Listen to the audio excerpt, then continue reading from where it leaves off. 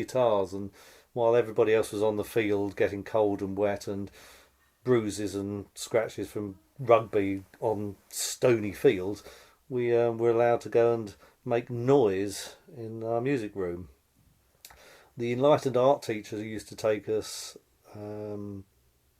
sailing. He was a sailing fan, and so he and let people go off and play on his boat with him, I guess, at the local yacht club. Sounds all posh, but it was in Essex at the time. It was only a those things called quarry. It was only a quarry, but it was something where we didn't have to get too wet and dirty doing. So I think I was always looking for the easy way out in life, and we ended up forming little bands in school in 1974, 75, and I played locally in the colleges. We supported Mungo Jerry and a band called Hustler, and our biggest concert was supporting Thin Lizzy in our local town park. Harlow Council was really good. They managed to put on concerts from the likes of Hawkwind, Arthur Brown to Bay City Rollers and Kenny. And so I was always interested in that, and we used to go down to the concert stadium, the concert stage in our town park early on. And one of the memorable times was, I guess, around 74, 75, 76, that Budgie, East of Eden and Judas Priest played. And we got down nice and early and helped load the gear on the stage, and there was this young Birmingham band called Judas Priest, and they came down in a Luton box van with all their gear piled in it, and they were very, very happy for a bunch of long-haired youths to help them, and even just playing with flight cases was exciting to us. We helped load all the stuff on, and it was interesting that Ken Downing had just got a brand new Gibson Flying V guitar, and was very proud of that, and we were all looking in awe at that. During their concert, I remember the PA wires, which were very bare wires covered with plastic, not proper speaker cables, started to burn. And I remember there's a waft of smoke going across the stage. I'd love to see if there's a video of this or film anywhere, that they were playing so loud and noisy that they nearly blew the PA up. But after the show, we helped break the stage down for them, and we mentioned to the guys that late on in the evening, there was the local Odeon. They had rock and roll films. One being that night, it was Jimi Hendrix plays Rainbow Bridge, and I won the competition in our local paper when I got a signed copy of the. No, actually, it was Stackridge. It was Stackridge, Budgie, and Judas Priest, and I won a signed copy of the album. We told the band about this, and they said, "Oh well, as we're going back to Birmingham, we'll leave it a bit later and let the traffic go. So we'll come up to the cinema." And they asked us if we wanted a lift, and we all piled in. Myself and two other friends piled into the Judas Priest van, went up to our local Odeon. When we got there, we didn't seem to have enough money to get in. I think it was only 50p. And I remember to this day, which is a story I related many years later, when I was working with Judas Priest doing a photo shoot for Johnny B. Good, record sleeve, a soundtrack to a movie. First time I met Rob Halford, he took me to the local Odeon when I was about 14 or 15, and he paid the 50p for me to go in. But when we got to the Odeon, Ken didn't want to put his wasn't going to leave his guitar in the van, and our local Odeon manageress wouldn't allow him to take it into the movie house. So I escorted Ken with the manageress back to her office, and had to get a signed note to say that she was looking after it and locking it up for him. But yes, we had a great time watching this Hendrix film and saying goodnight to these fellows, never thinking I'd meet up with them again. But yes, fate played its lucky hand with me. So after that, I went to art college, did fabric design, bit of graphics. Then I gradually moved into photography again, seeing more ways of actually earning money out of photography. If the worst comes to worst, one could do weddings. I've done a few in my life, and I never want to do it again. This is in 2010. 50-year-old bloke talking to everybody. So luckily I still do shoot rock and roll bands, but maybe not to the same extent we did, as magazines aren't the same as they used to be. So then I went on to go to a photographic college in Barking. I was offered a couple of degree courses, but I declined those, thinking that I would just have too much fun and too much free time, and I'd end up joining a band, ending up like Bad News, living out the back of a transit van, taking drugs and becoming a heroin addict. But no, sorry, I shouldn't jest about things like that, but in later times I did partake in whatever Ozzy was doing, and that was part of the fun of it. And to make sure that the photo shoot went well, if Ozzy wanted to go for brandy, we all went for it many years later, so you actually know if there's a problem with your film processing. But at that stage I started taking photos of, in fact slightly before that I took photos of my band. Local band said, "Oh, those are great pictures, who took them?" I told everybody that I did. "Oh, but you're in them." And I said, no, I did it on a self-timer. So the luxury of being at college allowed us, in 75, in my band Iron Orchid, to get local gigs with colleges, utilise the college dark rooms to get photos done, to make T-shirts on the screen printer at the college, and just generally make contact with other students and other colleges. So also having camera will travel. I didn't really have much money to go to the college gigs and things, so I ended up taking photos for the local college magazine, and I managed to go in to see, I remember, the Pretenders at a very early stage, the original lineup, and I took some shots, maybe half a dozen of the band backstage, and their manager said, "Can we see them?" So I had them processed, and he gave me his card, which was in Covent Garden in London. So I popped down and took the 20 odd frames that I'd shot, maybe 36 if I shot one roll. And they ultimately ended up buying these pictures. They gave me 30 quid for half a dozen pictures, which was more than a month's grant, I believe, which was great. And I thought, hang on, I'm getting money for this. This is very easy. Get into gigs for free, get to meet bands, play with their equipment, help them load in and out. Interesting life. So ultimately I moved on and reading magazines. I remember there was a magazine I believe called Pop Star Weekly, or it was an offshoot of Sounds or Record Mirror. They were looking for journalists, and I rang them up on the college payphone and offered my services as a budding photographer. They turned me down instantly, said, no, we need writers. It's, we've got hundreds of photographers. And I said, I can list the photographers you're going to use: Chalky Davies, Jill Furmanovsky, Penny Smith, etc., which were my heroes, I suppose, at the time. I used to love their work. And they said, of course, we've got them all sorted. And I said, well, hang on. And gave them a bit of attitude down the phone, saying, well, how are we supposed to get on? And it's about time you had some new eyes looking through lenses. And they said, okay, then prove yourself. And I think they offered me to go to a gig in London and shoot it, and we want the pictures tomorrow lunchtime. So I'd made a rod for my own back. So I remember zooming into London, shooting some pictures, zooming back home, processing the film in Mum's bathroom, hanging the stuff up to dry.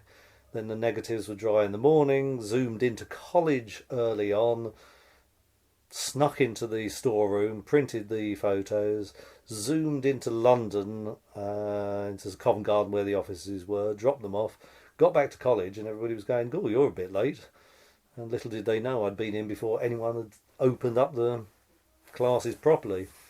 And fortunately the magazine published the pictures, and I got another 30 odd quid, which was great. But then I think the magazine Pop Star Weekly, which Paula Yates, who ultimately married Michael Hutchins from In Excess, worked upon, it did fold, and I lost contact with a lot of people. So I was pushing and plugging away again. But in those days, as a student, you could still manage to get your way into concerts. And I remember photographing Rush at Hammersmith Odeon. I can't remember if I contacted the Odeon or the record company saying I'm a student and I need to do something for my project. So I got the photos in, and I believe somebody mentioned send them to Sounds magazine and write on the back normal rates and credits apply. And then a week or so later, a friend told me, I'd just seen your picture of Rush in the magazine, which was a surprise to me. And then I rang them Sounds up, and they said, yes, we've used your picture, can we have your address? By the way, can you do another little shoot for us? And I think it was a couple of live shots I did, and they were used. Well, not many years, but a few years later, I found out that there was a strike going on at that stage, and so all the regular photographers and journalists were withholding their services, and I ultimately ended up doing some work for the National Union of Journalists representing photographers, and especially because I felt as though I'd broken a strike, but I had no knowledge of it. But you have to take these opportunities, and I did push a bit to get work again, but it did backfire because obviously I was one of the strike breakers, so some of the full-time journalists didn't necessarily want to use those people. Ultimately, I ended up working in advertising, and the guy I worked for when I was a photographic assistant was a friend of Jill Furmanovsky, a rock photographer on the NME Sounds. She did an awful lot of stuff with the Police, Wishbone Ash. She used to come to our studio quite often, but always when I was in the darkroom, and I never got to meet her.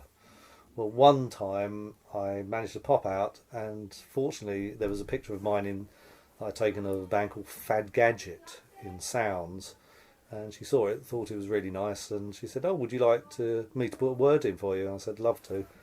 So she knew that somebody at Melody Maker needed a photographer, and I think it was a Tuesday afternoon, we had a phone call at my boss's studio asking for me, and the boss passed me over, and they said, can you do some pictures on Thursday? God knows who it was. Oh dear. Oh, it will come to me one day.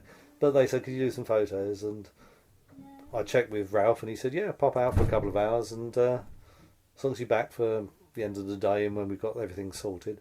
So Ralph was fantastic, and he encouraged me to go out there. So I did the photos, finished the day off in the studio doing the advertising work, processed the film, used the darkroom, sent the pictures down to the magazine, never heard anything, checked the magazine, and it had been published. Then I got another phone call, and I was quite disappointed that in this industry it was a job to everybody. To me, it was still really exciting, and I'm sure I've got cynical in my old age, but the old hacks, they weren't really, they were young hacks. I think they were more interested in the lifestyle themselves, going out drinking, but it was just doing the job, filling the page, and things really took off. I was very lucky, thanks very much to Jill. I helped her in the studio. She didn't have much knowledge of using a photographic studio, and I believe it was the band ABC that she was shooting, and she was having difficulty lighting it, and she used to whisper to me, could you do this, could you do that? And it was an absolute pleasure helping make the pictures. But it was the whole thing of the job. It was Jill's vision. She pressed the button, so I was just doing what she required, but still it was interacting, and Jill was so helpful. I ultimately ended up working with her as an assistant and helping her build a studio. And I used to use her darkroom in her house. She helped me get a flat in Primrose Hill opposite where she lived, and round the corner from a couple of sounds journalists who ultimately I ended up working with. So being in the right place in London around Camden Town area also helped. It was quite a hive of activity. And I was doing a cross-section of material. I worked with Killing Joke. They were the first band I went to Los Angeles with. And also part of the deal was I always wanted to go to America as a kid. And if I wasn't the best bass player in the world, I could have been a roadie. I could have been a journalist. No, I ended up being a photographer. And in 1983, I got a phone call saying, "Have you got a visa?" And I thought maybe I'm going to Europe. Little did I know they were talking about visa for the USA. And I replaced a photographer who couldn't go. And my aim in life to go to America, to hang out with bands, get paid for it, and 83 was my prime year of getting into shooting front covers for magazines. I remember my mother ringing me up. I was living in Camden Town at the time, and Mum used to ring me up asking me what have I been up to, and so she would go to the local W.H. Smith's to buy all the magazines to see where her son had been. Oh, how was Germany? How was Los Angeles? How was Cardiff? And could you sort of tell us a bit more about your music tastes and how it came round to metal? I mean, yeah. You know, how you got into metal. Okay. I was always interested in music, and I guess most of it was Top of the Pops and radio, and fortunately live music.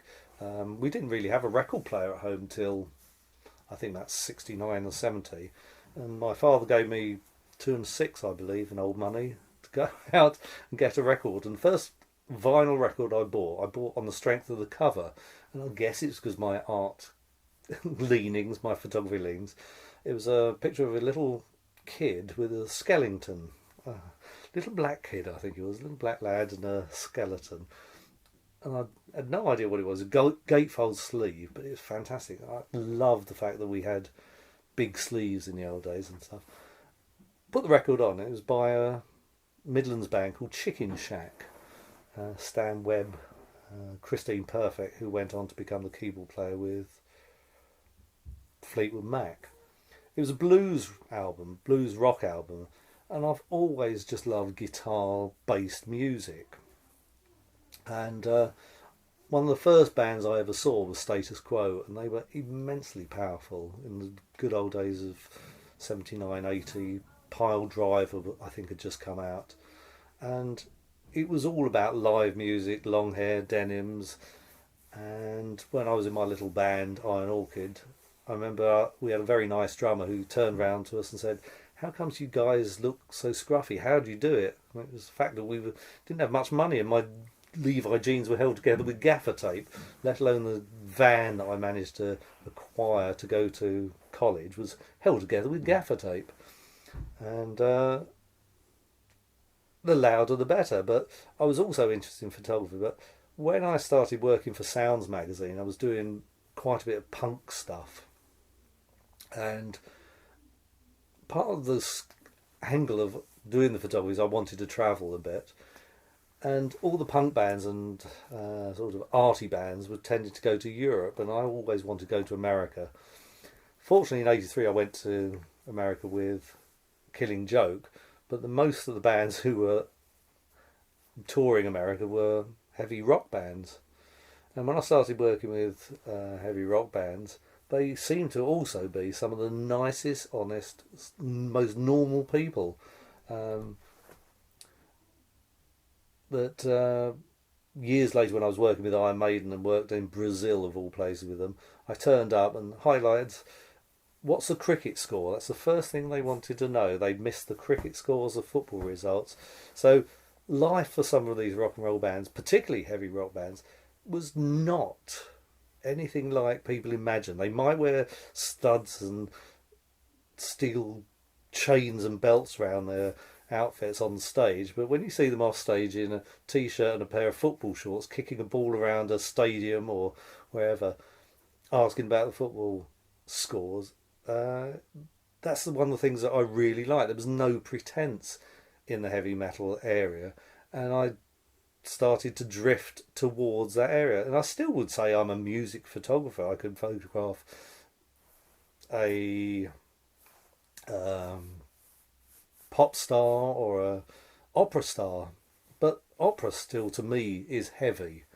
And the thing is, I guess when I listen to Zeppelin Volume 1, 2, 3, Sabbath Volume 4, all that music, Deep Purple, Machine Head came out when I was at comprehensive school. These were the greatest albums I'd ever heard. It was so powerful. It was the strength of it. And I suppose that's why it's called heavy metal. It just sounds like the crashing of heavy industry to me, and it just does something inside of me, I'm sad to say. But no, it's live and it's no pretense. It can be reproduced on record. It can be reproduced in a live stadium. You feel it and sense it.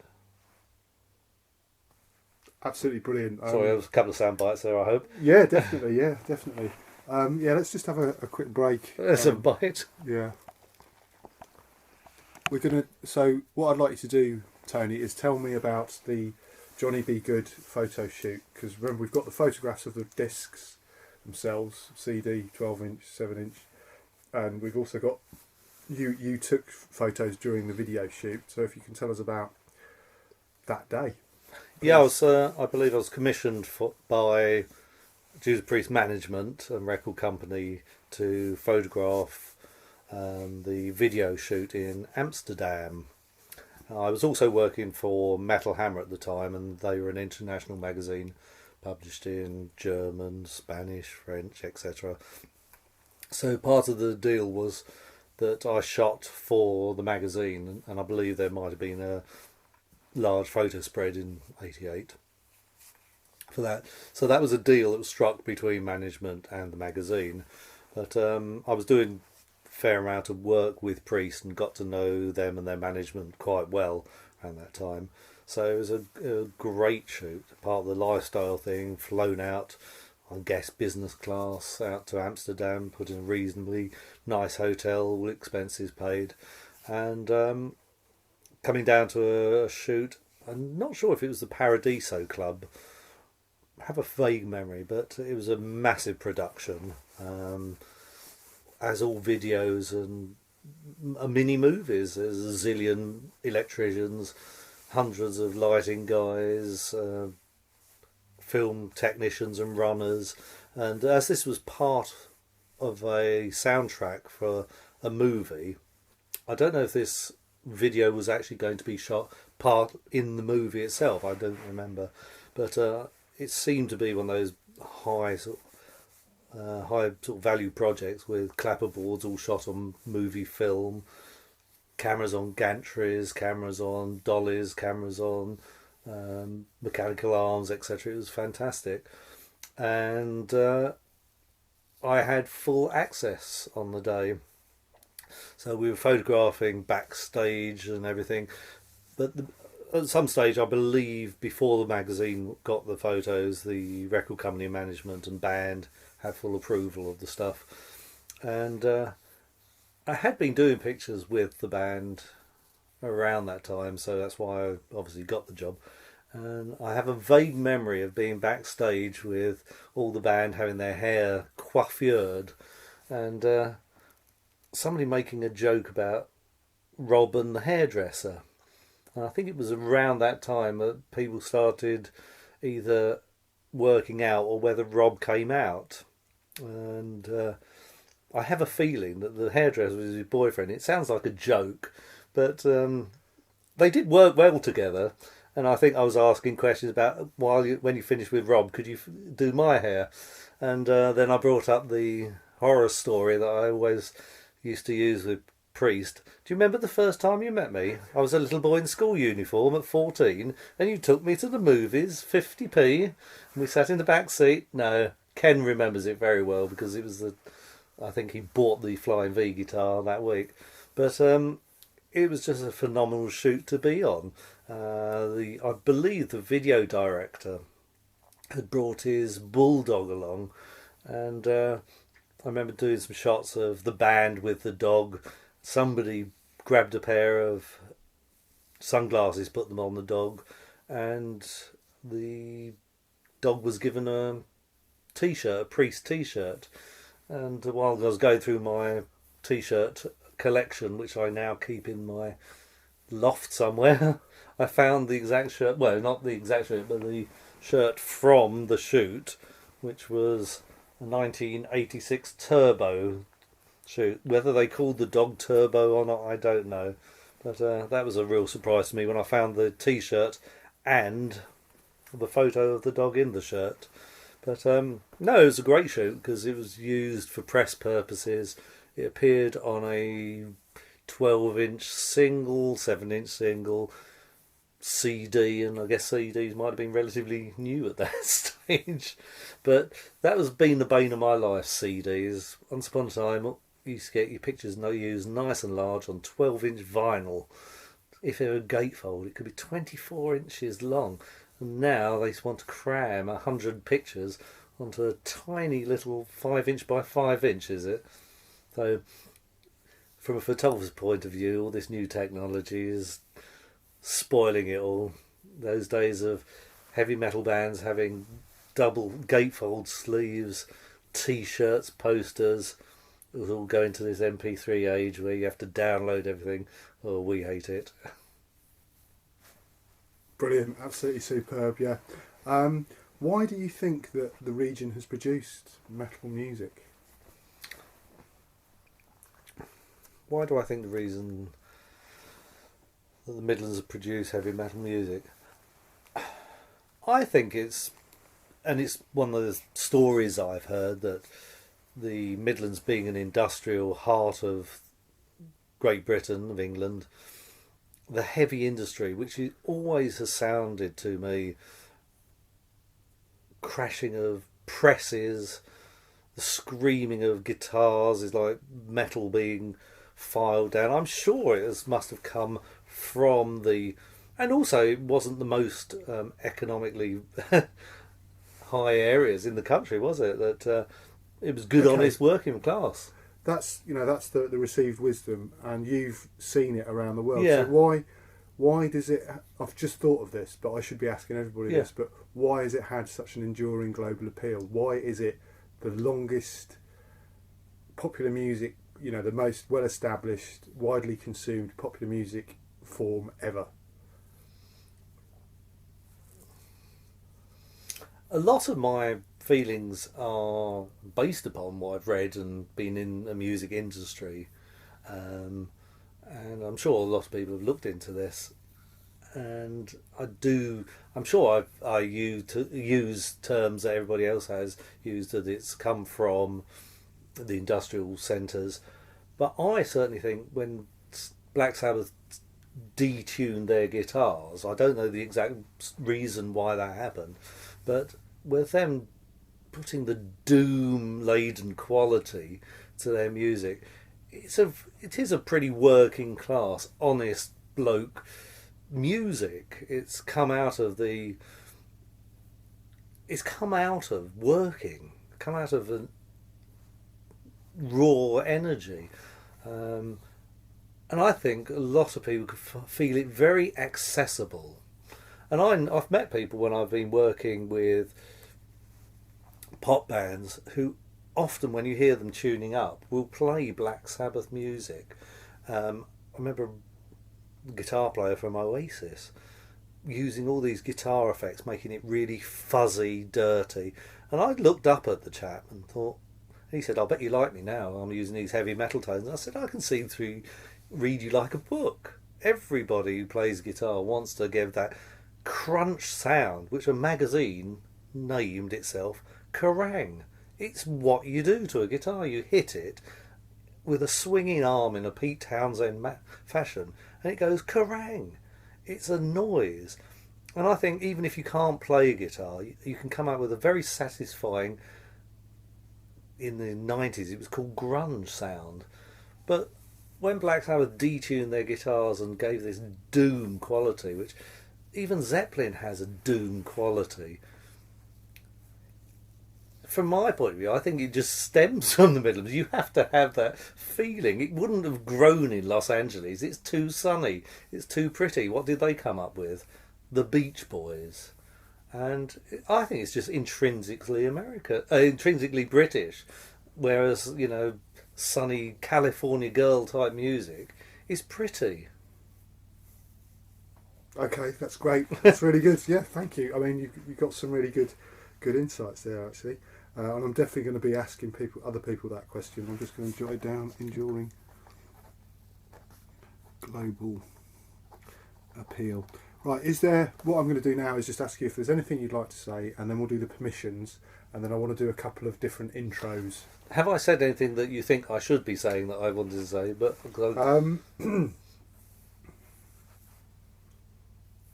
how do you feel, well, as a professional photographer, how do you feel about sort of the way that that first time that you sold your pictures, I mean, did you actually know what you were doing, that you were licensing them out to somebody for a specific number of uses in this place, and then if they wanted to use them elsewhere, you would get more money? What's that like for a professional photographer? Because I've had a couple of conversations with, working with my band.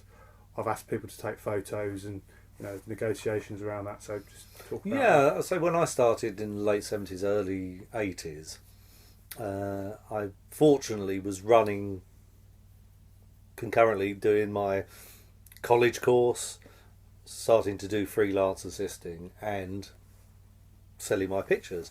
I was obviously aware it was a commercial industry, and our college, which was fairly structured, did give us insights into how you license copyright and protect images. And for a fan, especially, to have a picture of somebody like the Buzzcocks used on a Buzzcock sleeve or something, bought by a record company, it was just exciting, because I just loved the whole aspect of owning records, opening books, seeing your photos, seeing your books, photos in books, magazines, on T-shirts, everything like that was just part of the fun of it. So you had to have almost, I think, two heads on to look at one side where you wanted to do it, but also be protective and make sure it was used in the right manner. Nowadays, in the 2010, everybody's a photographer. They've got a phone that takes photos, and they don't want to see any art. Well, they do want to see art, but they don't accept that people do it as a living. And everybody's willing to give their pictures free to get into concerts and just associate with people. I think there was, in the 70s, sounding like an old fogey, but there was a bit more respect about how you go out and actually buy records. Nowadays, everybody downloads via Spotify, and I talk to kids and youngsters in bands who just expect their music to be taken for free or downloaded for free. So I think it's a sorry state of affairs in a weird sort of way, because how would anyone be able to get on if everything is for free?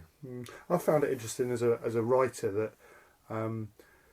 there's a couple of websites where photographers go out and take photos of gigs and combine that with the words of a writer. And I had this experience recently where this photographer was offering to sell me photos of my band, of the band I manage.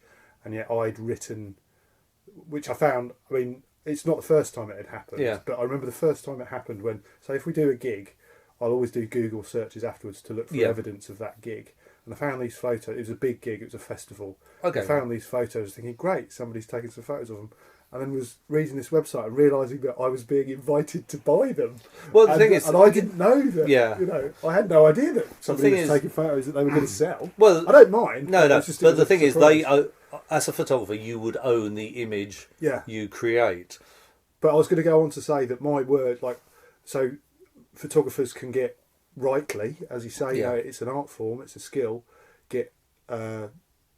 should be recompensed for their words. But as a writer, I once was paid for some of my writing about music, and I must have written hundreds of thousands of words. But yeah, you should. I have friends, Sandy Robertson being one, who I recently somebody was trying to track him down, the guy I work with, and he still is alive, and there's a agency now called Rock's Back Pages. Yeah, I know it. Yeah, I use it for research. Yeah, and Do you have to buy the stuff? Or? I have a license through my library because Well, I'm at see, that's it. So, yeah. so that was the thing. I think journalists thought wrongly that photographers got, every time your picture get used, you get paid. Nobody does this with our words.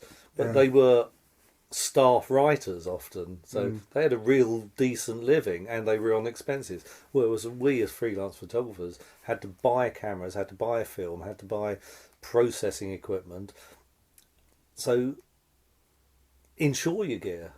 So it was very expensive to do. As a writer, you didn't need to own anything. You go to the office, use a pen, their paper. Yeah. They didn't even buy those. And so when I remember when I worked with the NUJ, that new technology came in and magazines started saying, we'd like the freelance writers to put everything in on disc. What's a disc? Well, they did know what it was, but they used to come in and use the office typewriter, so they wanted the office computer. Well, they did do that, but then when everybody was queuing up to use the computer, they had to then go and buy a computer, buy a lap. In fact, they didn't have laptops weren't around then. Yeah. When the first thing, everybody go, well, we're not getting paid enough, and we said, well, hang on, this is what we've been saying as photographers for years. We need more money for what we seem to do. It costs, you should get £100 a page, because it costs you hundreds and hundreds of pounds to buy the cameras, let alone do the processing. To earn a day's living, whether it be £100 a day, it will take you more than a day to do the shoot and to process and everything. Okay, you went to Los Angeles to do it. Yeah, of course we loved it. Of course we did. But sometimes it was a chore. And people don't realise it. When it's not only fun, and sometimes some of these bands aren't particularly nice people. So you come back and you've been treated like a monkey up a tree to them. Get out of our way. We don't want to see you around. So you've got to hide up in the tree to get the pictures, where you've been told by the magazine who's the record company paid for this article to be written. You might end up in some horrible place in Belgium, in the mud. Am I back in World War One here? But sometimes it's not all that it's made out to be, and particularly from our point of view, it was really quite hard at times. Yeah. But no, I think people are now aware that if somebody is, especially writing, I've always found that. I think writing was such a creative art. I love reading. And you were reading that Nick Kemp book, weren't you? Yeah. How they were. It was prose. It was fantastic, and it stands the test of time. Some do, some don't. Yeah. So some pop magazines, Record Mirror. That's I'm sure. why back pages is like, some kind of addictive drug. Of course, yeah. Sorry. Okay, so the two things I want to do is I want to do some kind of introduction, because when I edit and on a radio program, you get, hello, my name is Tony Mottram, and so like 2 sentences. So can you do that? And what you need to do is leave a gap after I finish speaking. And then when you finish speaking, we'll leave another gap before we go on to the next one. So just 2 sentences. Hello, my name is Tony Mottram, and I'm a professional photographer. Something like that.